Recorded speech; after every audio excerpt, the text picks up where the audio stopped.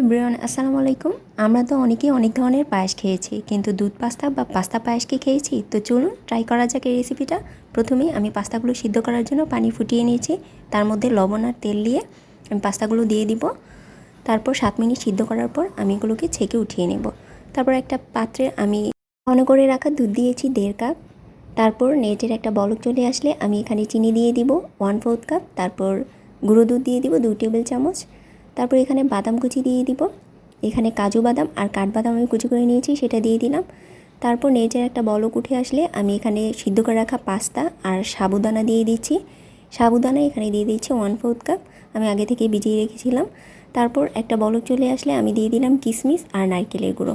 সব শেষে আমি এখানে 1 চা চামচ ঘি দিয়ে উঠিয়ে নিব। এরকম পাতলা থাকতে উঠিয়ে নিব। এই তো তৈরি হয়ে গেল ক্রিমি ইয়াম্মি পাস্তা পায়েস। তো রেসিপি ভালো লাগলে like, comment, share and subscribe করতে ভুলবেন না। আল্লাহ হাফেজ।